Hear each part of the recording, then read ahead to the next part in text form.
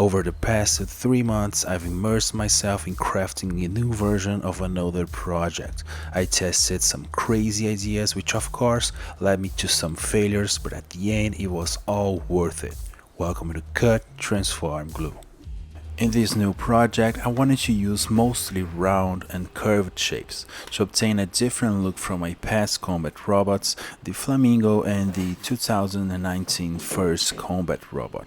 So I decided to go with a couple of plastic lids and a broken Bluetooth speaker. And as always, I begin this project by laying out the pieces I had and checking if they worked well together. Also, I knew going in that this project would have 4 legs, so I tested its proportions and geometry using pieces of plywood and aluminum wire. Once I had an overall shape and size idea of the robot, I started the construction beginning with the head. I removed some unwanted features of the middle, creating this round gap. On the top, I covered it using a plastic gear shape, and on the bottom, I made a custom piece with a steel axis, because I needed it to be strong and reliable. Then I took some precise measurements from it using a caliper and made an extension piece. I wanted to make the Bluetooth speaker body just a little bit bulkier.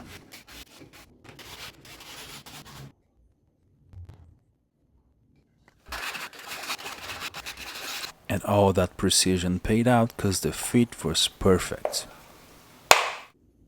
Then I also decided to extend the bottom of the body, which would be the front of the head. I made this custom piece with a slot for a couple of M4 nuts for the attachment point of the weapons, but that was a failed idea. I'll explain it later in the video.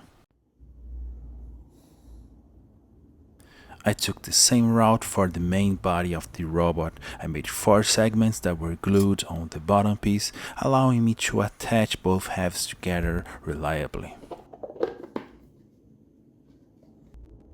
The orange plastic shape had a lid on the middle, which I really needed gone, but the plastic was surprisingly super strong.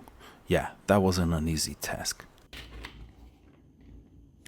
With that removed, I could add a cool concave shape with a strong plastic axle. I initially attached everything together with just CA glue and baking soda, but then I decided to be extra cautious and use some quick set epoxy glue, which is much stronger.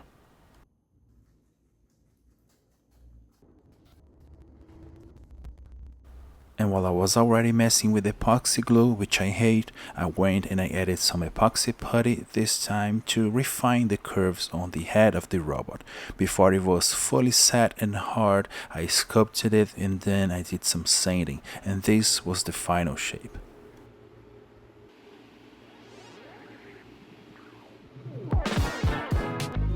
With the basic shapes for the body and the head, I started working on the legs.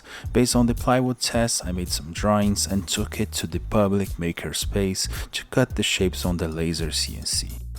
All of these pieces were cut on 5mm reclaimed acrylic and will have to be stacked together to reach a decent thickness. But before I started that process, I actually sanded each individual piece, so of course we can see better.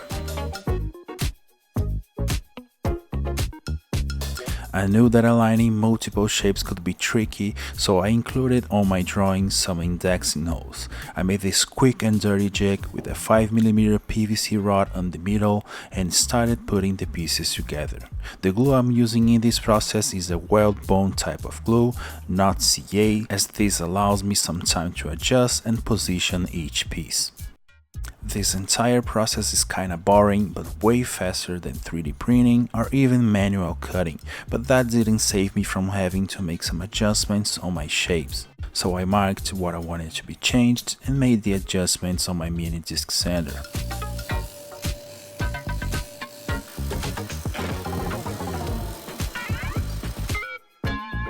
Also, the shapes from the CNC can look flat and kinda uninteresting, so I made a jig for my Dremel and I used a round bit to, well, round the corners.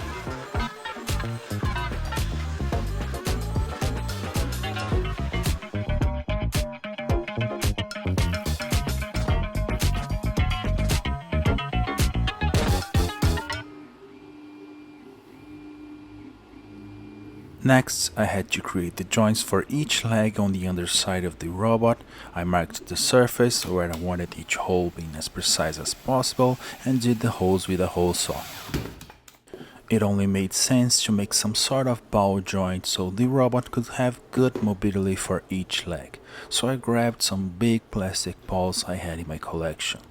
Now, of course, I couldn't simply glue the balls there, so I made some custom sockets with the precise measurements of the pieces. The sockets were glued with CA, and I took care of the gap in between the pieces with more epoxy putty. That all had, of course, to be sculpted and sanded, and this right here was the result. When I cut the shapes on the laser CNC, I intentionally left a gap, not connecting it to the ball joint, which at the time I had no idea on how to make. So I made some custom pieces matching the curves of the ball joint and also including some holes where I could insert some 8mm aluminum tube pieces to reinforce the leg structure. The body is not that heavy, but you guys know me, it's better safe than sorry.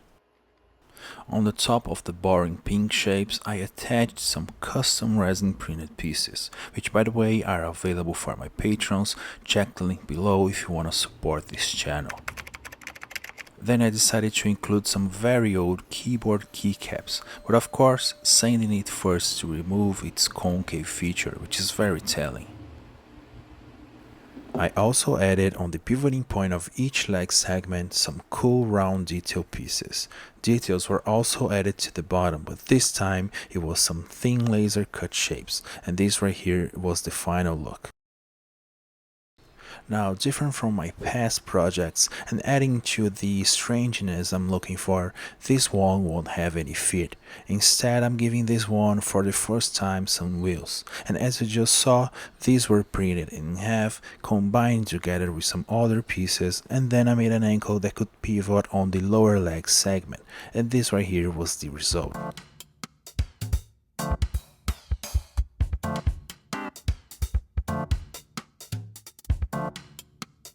Now let me tell you, I forgot how much work having 4 legs on a project can be, but also how badass these 4-legged things can look.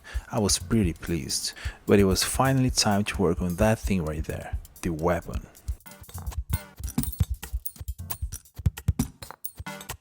For the weapon, I decided to use this broken USB charger and another very good looking gripper from a dead printer. I've been holding on to this one for many years and the time to put it to use finally came. I began by making the charger slightly longer, using its measurements to make an extension piece. Then I wanted the printer gripper to go on the outside of the charger and look like some sort of heatsink / cooling device. This is an energy weapon after all, so it only made sense. I took care of that gap in between the pieces with more custom made precisely matching pieces. And I put everything together as aligned as possible using different types of glue. Now, as I said in the beginning of the video, the embedded M4 nuts were a failed idea, and that's because it was going to be tricky to put everything together by the end. A much better and actually easier solution would be to use the good old fake Lego pieces, as the weapon will not weigh a lot, and it all can be glued with CA in the end of the process.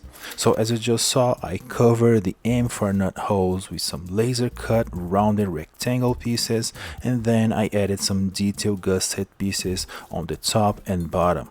The fake Lego pieces came right after that, and the connection is strong enough. I didn't really like the rectangular USB slots on the front, and I wanted something more aligned with the design of the robot. The best solution was to remove the rectangles and make a big rounded gap on that entire area.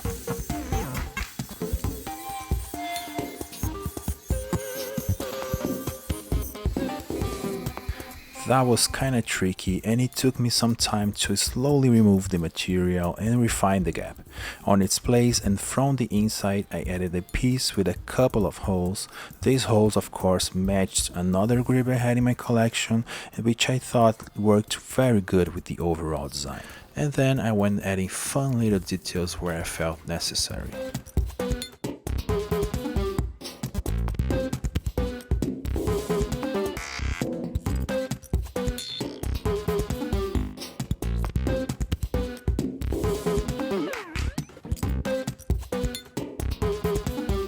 Then I combined some gribblies and made this spherical spy camera and attached it on the left side of the head.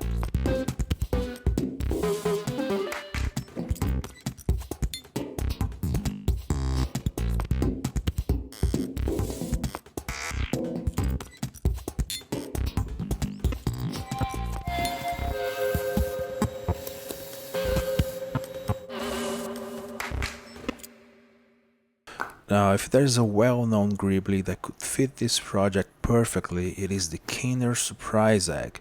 So I grabbed one, actually a couple, glued them shut and added some details on the front and the back. Then I made some matching holder and both of them sit proudly on the outside ring of the body, where I purposely included some M4 nuts. The entire project received a coat of primer and I was getting near the end of this one.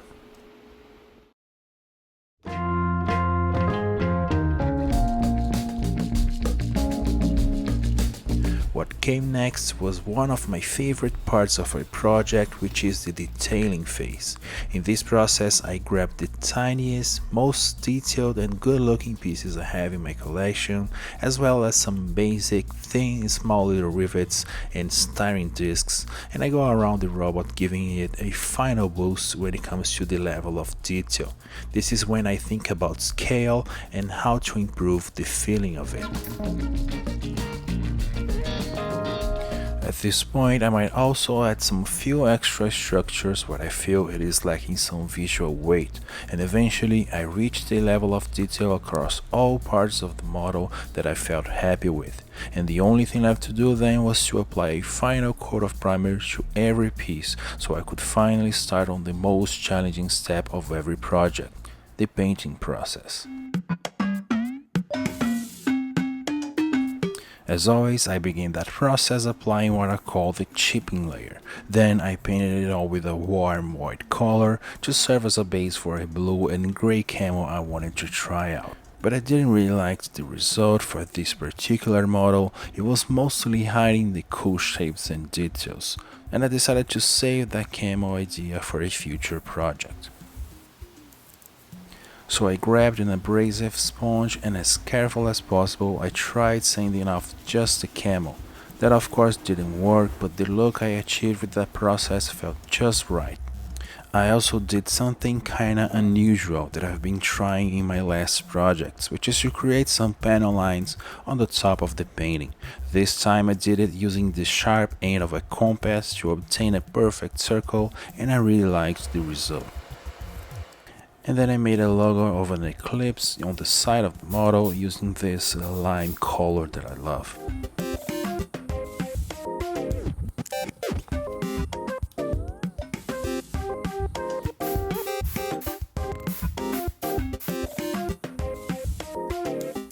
I repeated the same processes to every part of the model, and after 3 months of hard work, this right here is the final result.